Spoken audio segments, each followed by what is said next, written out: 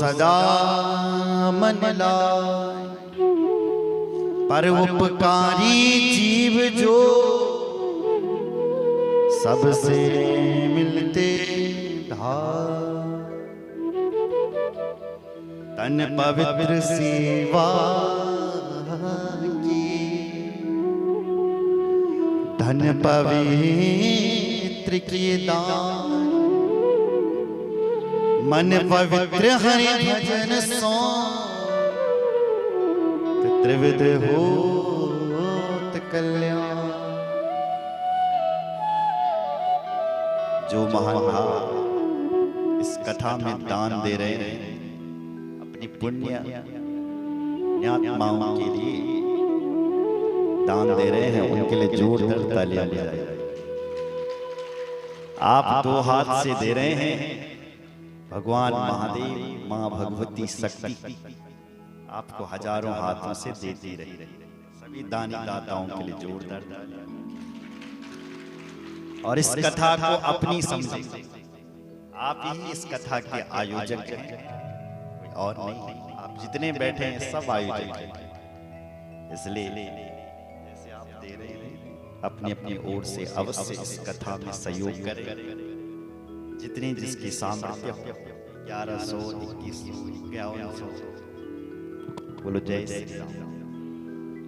क्योंकि ये कथा सबके कल्याण के लिए हो रही है। परमार्थ हरि रूप है, परमार्थ के लिए दिया हुआ भगवान को दिया हुआ। परमार्थ किसे कहते हैं? जो अपने लिए नहीं दूसरे के लिए हो। स्वार्थ किसे कहते हैं? जो अपने लिए। परमार्थ मतलब दूसरे के लिए। तो सभी परमार्थों के लिए जोरदार तालियां। धन्यवाद सभी दानदाताओं का धन्यवाद। आइए हम इस पावन दिव्य कथा में प्रवेश करते हैं। तो राजा परीक्षित का बेटा जन्मे में गद्दी पर बैठा हुआ है, प्रजा को चला रहा है। एक दिन उत्तुंग महात्मा और राजा से कहने लगे, राजन क्या कर रहे हो? बैठो। पिताजी कहाँ हैं? बोले चले गए। कैसे गए? बोले सर्प ने काटा और चले गए। राजा तेरे पिताजी जो है ना सर्प के काटने से मरे, इसलिए अकाल मौत मर गए। इन सर्पों ने तेरे बाप को काटा है और तू यहाँ ठाट बाट कर रहा है। गुरुदेव क्या करूं? बोले इन सर्पों को मार। क्या करूं मैं इसके लिए? बोले सर्पोष्ट यज्ञ। तो महाराज तंग मुनि के द्वारा जन्मे ने सर्पोष्ट यज्ञ किया। सारे सर्प मंत्र पढ़े तो सारे सर्प चले आए और हवन कुंड में सबके सब स्वाहा स्वाहा स्वाहा स्वाहा स्वाहा। बड़े बड़े सांप चले आए, स्वाहा स्वाहा होने लगे। तो आस्तिक मुनि आ गए। आस्तिक मुनि ने उस यज्ञ को रुका दिया। अरे भाई सर्पोष्ट यज्ञ को रोको। बोले इन्होंने मेरे बाप काटा, इनको नहीं छोड़ी। बोले देख इनकी कोई गलती नहीं, वो तो तेरे पिता की ही गलती है। तेरे पिता ने ऋषि के गले में मरा हुआ सांप डाला, जिसके कारण से इनको श्राप के द्वारा सर्प को काटना पड़ा। इसलिए इनको छोड़ दो। बार बार जब सर्पों ने माफी मांगी, हमें माफ कर दो, माफ कर दो, और आज के बाद हम किसी को काटेंगे नहीं, बेमतलब के नहीं काटेंगे। कहाँ गए? नहीं काटोगे तो 4 शर्तें लगाए। सर्प कहते हैं, बोले महाराज हमारी पहली शर्त है कि जो माता चक्की चला रही हो, पुराने जमाने में चक्की नहीं होती थी हाथ से चलने वाली, तो जो माताएं चक्की चला रही हो उसको हम नहीं काटेंगे। दूसरी शर्त है जो पशु वन में चल रहा हो, यदि उसके गले में घंटी बज रही है तो उस पशु को हम नहीं काटेंगे। तीसरी हमारी शर्त यह है, यदि कोई चारपाई के ऊपर सो रहा हो, बेड नहीं, चारपाई के ऊपर सो रहा हो, जमीन पर नहीं, चारपाई के ऊपर सो रहा हो, उसको भी हम नहीं काटेंगे। और चौथी शर्त यह है, वन में जो क्षत्रिय अपनी देश की रक्षा कर रहा हो, उस क्षत्रिय को, उस वीर को भी हम कभी नहीं काटेंगे, उस फौजी को हम कभी। यह शर्त लगाई तो सर्पों को बचा लिया, सर्प अपने अपने स्थान लोक के लिए चले गए। बोलो जय श्री राम। समय बीता, एक दिन वेद व्यास जी चले आए, वेद व्यास जी को प्रणाम किया और ये कहते हैं कि मेरे पिताजी सर्प ने काटे हैं गुरुदेव, सुना है कि उनकी अकाल मौत हुई, क्या किया जाए, कैसे उनका उद्धार। तो वेद व्यास जी कहते हैं बेटा, अपने पिताजी का उद्धार करवाना है तो मां भगवती का मंदिर बना। उसी समय मां भगवती का मंदिर बनाया गया हस्तिनापुर में, और उसके बाद अंबा यज्ञ शुरू कर दिया, मां भगवती का यज्ञ शुरू कर दिया, कहते हैं अंबा यज्ञ। और अंबा यज्ञ होने लगा और उसी समय वेद व्यास जी ने देवी भागवत की कथा शुरू कर दी और मां के विविध चरित्रों को सुनाने लग गए। और यह जन्मेजय राजा सुनता है और वेद व्यास सुना रहे। सबसे पहले यज्ञ के बारे में बताते हैं राजन, प्रत्येक व्यक्ति को यज्ञ करना चाहिए। बोले रामचंद्र भगवान की जय। राजा अंबा यज्ञ मीन होता है, आप भी अपने घर में 5 यज्ञ किया करो नित्य। पहला है ब्रह्म यज्ञ, दूसरा है पितृ यज्ञ, तीसरा है देव यज्ञ, चौथा अतिथि और पांचों भूत यज्ञ। ये अपने घर पर आपको नित्य करने चाहिए। पहला है ब्रह्म यज्ञ। ब्रह्म यज्ञ किसे कहते हैं? कितने लोग यहाँ ऐसे बैठे हैं जिनके घर पर 4 वेद हैं? कोई नहीं होगा। कितने लोग बैठे हैं जिनके घर पर देवी भागवत का पुराण है? कितने लोग ऐसे बैठे हैं जिनके घर पर श्रीमद् भागवत महापुराण? माता जी बैठी, ताली बजाओ।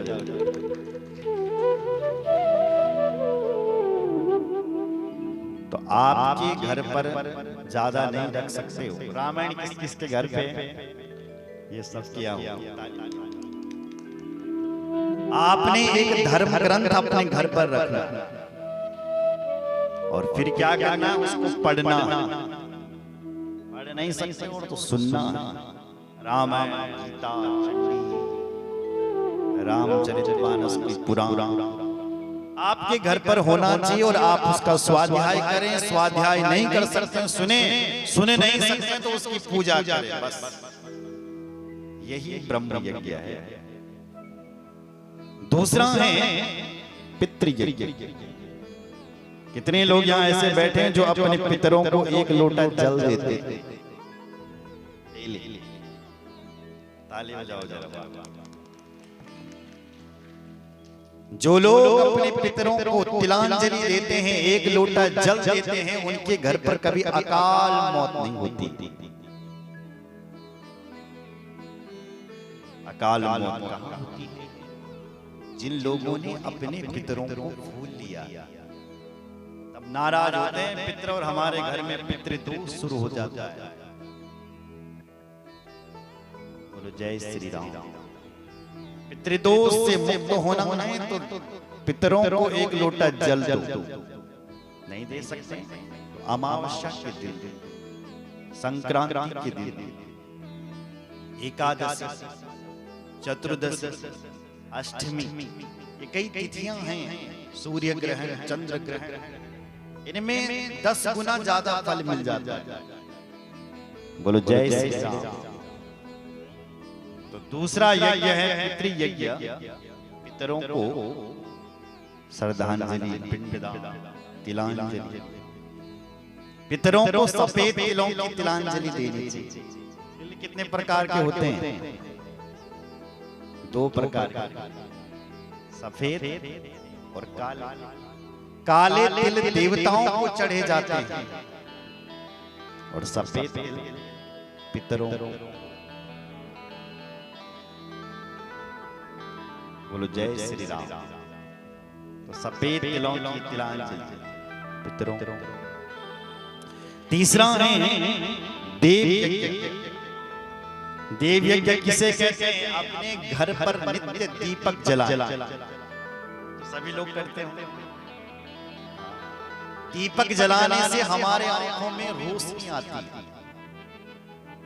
दीपक जलाने से हमारे घर के कलेश दूर होते हैं। जब आप दीपक जलाते हैं देवताओं के नाम का, तो उस समय आप देव यज्ञ कर रहे थे। धूप जलाएं, धूप अगरबत्ती नहीं। कहीं सुना है आप? धूप दीप तो हर जगह लिखा है, लेकिन अगरबत्ती नहीं लिखा।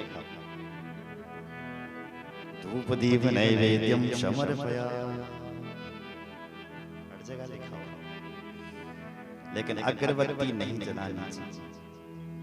एक संत और कहते हैं कि अगरबत्ती में बांस होता है, इसलिए भी नहीं जलाना। बांस को जलाया नहीं जाता है। अगर आप बांस को जलाते हैं तो आप फिर संतान में दिक्कत आ सकती है। निर्वंश का प्रतीक है, इसलिए बांस को जलाया नहीं जाता है। संतति के लिए भगवान को दुर्वा चढ़ाया जाता है।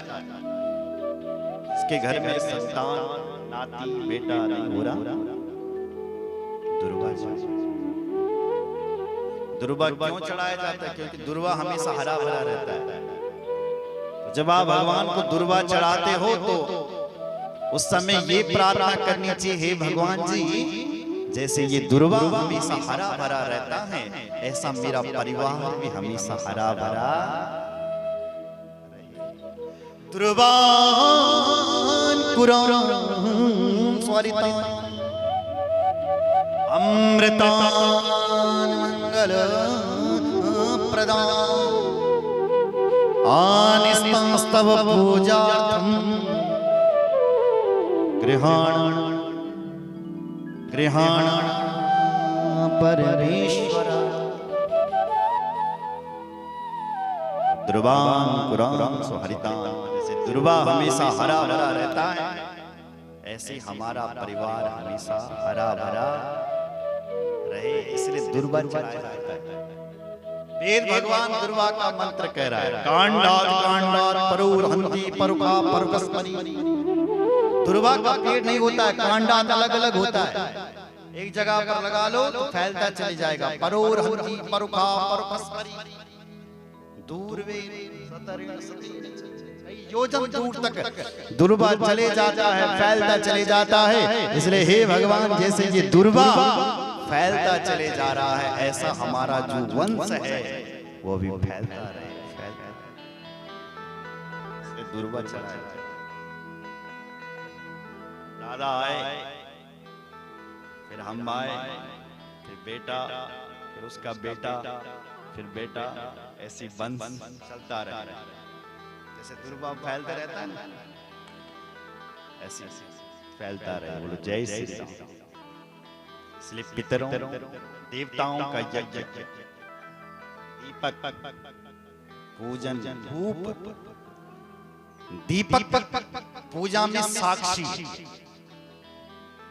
धूप विजयी के लिए जलाई जाती है। पंडित जी सुबह पूजा कर पूछा करो उनसे, पंडित जी ये धूप क्यों जलाते हैं, ये दीपक क्यों जलाते हैं, फल क्यों चढ़ाते हैं, सब बता देंगे आप।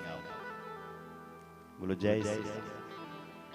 धूप विजयी के लिए चढ़ाई जाती है। हे प्रभु, जैसे इस विजय, जिस धूप से राख उठ रही है, ऐसे हम जिस काम करने के लिए जाएं, वहां हमारी विजय की धूल चलती रहे, इसलिए चढ़ाया जाता है। देव यज्ञ, महादेव का अभिषेक। महादेव को जलधार प्रिय है, नारायण को अलंकार प्रिय है। नारायण भगवान लड्डू गोपाल की सेवा करते हो तो तोते सुंदर सुंदर कपड़े ले आओ, सुंदर टोपी, सुंदर बाल, सुंदर चंदन, सुंदर कपड़े, कि कृष्ण को अलंकार प्रिय है। जितना सजाओगे उतना अच्छा है, उतना कम है। और बाबा शंकर को सजाने की जरूरत नहीं है, बाबा शंकर को जलधार प्रिय है। बाबा कहता है कुछ नहीं देना मुझे एक लोटा जल दे दो बस। समुद्र मंथन से जब कालकूट जहर निकला था, विष निकला था ना, तो सारे देवता महादेव के पास रोने लगे। देव देव महादेव भूतात्मन भूत भावन त्राहिना शरणपन्ना त्रैलोक्य दहनात् विशाल। हे देव देव महादेव भूतात्मन भूत भावन, भूत भावन भोलेनाथ इस जहर से हमारी रक्षा। देखो ये त्रिलोक को दग्ध करने वाला। भोले बाबा ने अपनी पत्नी से पूछा, पार्वती देख देखी मैंने जहर पिलोड़ पियों की ना पियो। अब कौन पतिव्रता स्त्री कहेगी कि तुम अपने पति थे तुम जहर पी ले? कोई नहीं बता सकता। क्या बोले पार्वती? पार्वती ने बोला, हे भोलेनाथ तुम वही करो जिसमें सबका कल्याण। क्या बोली? तुम वही करो जिसमें सबका कल्याण। बोले ना, बोले कल्याण तो इसी में है कि हम जहर पी ले। लाओ भैया जहर। जहर मंगाया और भोले बाबा ने अपनी लिखा अंजलि पर वो जहर रखा। ततः करतली कृत्या व्याप्तम ज्वालानलं विषम अभक्षयन् महादेव कृपया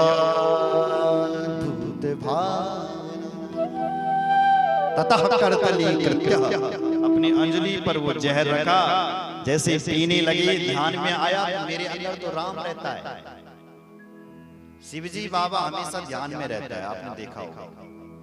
किसके ध्यान में? राम के ध्यान में 24 घंटे ध्यान, उनके अंदर राम। अब सोचने लगे महादेव कि यदि मैंने जहर पी लिया तो मेरे राम को कष्ट होगा, क्या करूं? तो राम नाम का सहारा लिया। रा बोलो, रा। रा कहती मुंह खुल जाता, तो रा कहती बाबा ने मुंह खोल दिया और माँ कहती बंद कर दिया। रा और माँ। रा कहते मुख में डाला, माँ करते ही मुंह बंद कर दिया।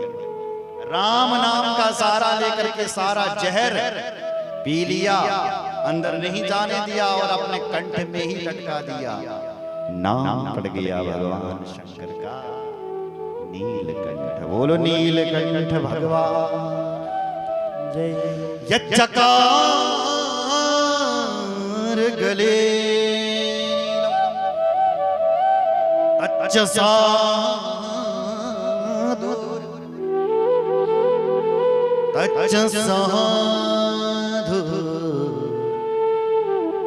विभूषण। यही तो साधु का आभूषण है, जो दूसरे की विपत्ति को अपने ऊपर ले ले उसे साधु कहते हैं। परमार्थी कहते हैं। भगवान राम को दुख था, राम रो रहा था, लेकिन सुग्रीव ने जब अपनी कथा सुनाई, प्रभु मेरा भाई मैंने घर से निकाल दिया, मैं जंगल में भटक रहा हूं, तो भगवान अपना दुख भूल गए और सुग्रीव की रक्षा करने के लिए तत्पर हो गए। जो दूसरे का दुख अपने ऊपर ले ले उसे परमार्थी कहते हैं। बोलो जय श्री राम। भोलेनाथ को जो है जलधारा प्रिय है। बाबा ने जब जहर पिया तो बाबा का जो कंठ है वो नीला हो गया, नीले पड़ गए, कपूर की तरह गोरे थे भगवान शंकर। लेकिन जब से जहर पिया नीले पड़ गए। क्या करें? बाबा ने कहा मुझे बहुत गर्म लग रहा है, मेरे ऊपर पानी डाल। तो देवताओं ने भर भर करके घड़ डालने लगे। शिव जी का अभिषेक करने लगे। पूरे महीने भर सावन के महीने में अभिषेक चला। आज भी तुम यदि एक लोटा जल महादेव के ऊपर सावन के महीने में चढ़ा, महादेव बहुत खुश होता है। मैं ठंडक देने लगी क्योंकि बाबा नीले हो गए थे, गर्म हो गए थे, चेहरे। इसलिए बाबा को कुछ मत चढ़ाना, केवल जल। और नारायण को श्रृंगार। बोलो जय श्री राम। इसलिए देव यज्ञ बाबा का अभिषेक दीपक चढ़ाते। चौथा यज्ञ है अतिथि यज्ञ। घर में कोई आए उसको जरूर कुछ न कुछ खिलाना चाहिए। बिना खाए कोई आपके घर से न जाए। भिक्षु कुछ न कुछ देते रहो। ये है अतिथि यज्ञ। देते रहना। या कहीं भंडारा हो रहा तो भंडारे में देते रहना। इसका कथा का समापन होगा जब पूर्णावती होगी तो कौन देगा भंडारा? बोलो जय श्री राम। भंडारा भी तो होना चाहिए। तो आप मुझसे देख लेना कौन में भंडारा करेगा। जनता देख ले। बोलो जय श्री राम। बोले रामचंद्र भगवान की हर हर महादेव। पांचों यज्ञ है भूत यज्ञ। भूत यज्ञ किसे कहते हैं? कितने लोग यहाँ ऐसे बैठे हैं जिनके घर की पहली रोटी गाय के लिए निकलती है? हाथ खड़े करो, ताली बजाओ। गौ भक्त हैं आप। किस किस के घर में गाय? हाथ खड़ा करो।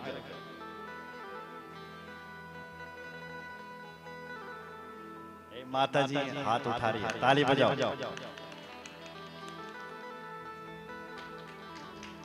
तुमने क्यों नहीं रखी गाय? जगह नहीं है तुम्हारे?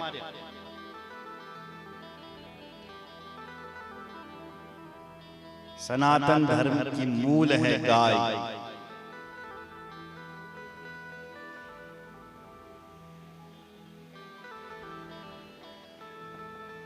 बोलो जय श्री राम। तो पहली रोटी गाय के लिए, बीच की रोटी पक्षियों के लिए, और अंत की रोटी आप सब समझ। ताली बजाओ जरा। बोलो जय श्री राम। इसलिए ये 5 यज्ञ हर व्यक्ति को अपने यहाँ करना। आज जन्मेजय राजा ने संकल्प किया और अपने घर में हस्तिनापुर में अंबा यज्ञ शुरू कर दिया। जन्मेजय पूछने लगे और वेद व्यास जी कहने लगे। वेद व्यास जी कहते हैं, हे राजा, एक बार भगवान ने, मां भगवती ने सत्यव्रत को ज्ञानी बना दिया। अगर मां की कृपा हो जाती है, भगवती की कृपा हो जाती है, तो हे राजा, जो मूर्ख है वो विद्वान हो जाता है, जो अज्ञानी है वो ज्ञानी हो जाता है। मां की कृपा हट जाए तो ज्ञानी भी मूर्ख हो जाते हैं और विद्वान भी धस जाते हैं। बोले गुरुदेव ये कौन था सत्य? कोसो सत्यव्रतो नाम ब्राह्मणो दुज सत्तमम कस्मिन् देशे समुत्पन्ना कीदृशस्य च वदस्य मे। गुरुदेव कोसो सत्यव्रतो नाम। सत्यव्रत कौन है? किसका बेटा था? आप ये कथा सुनना चाहते हैं तो फिर वेद व्यास जी कहते हैं, बोलो जय श्री राम।